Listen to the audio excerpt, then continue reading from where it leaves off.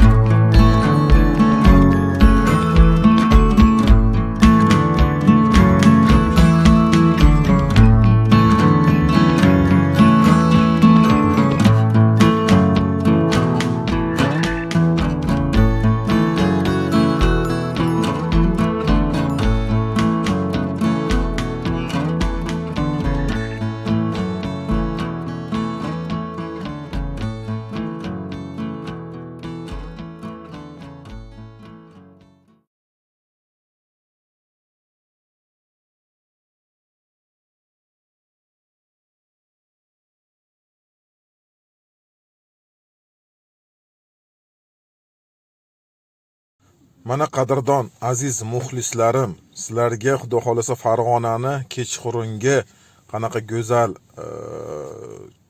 turishini sizlarga ko'rsatdim.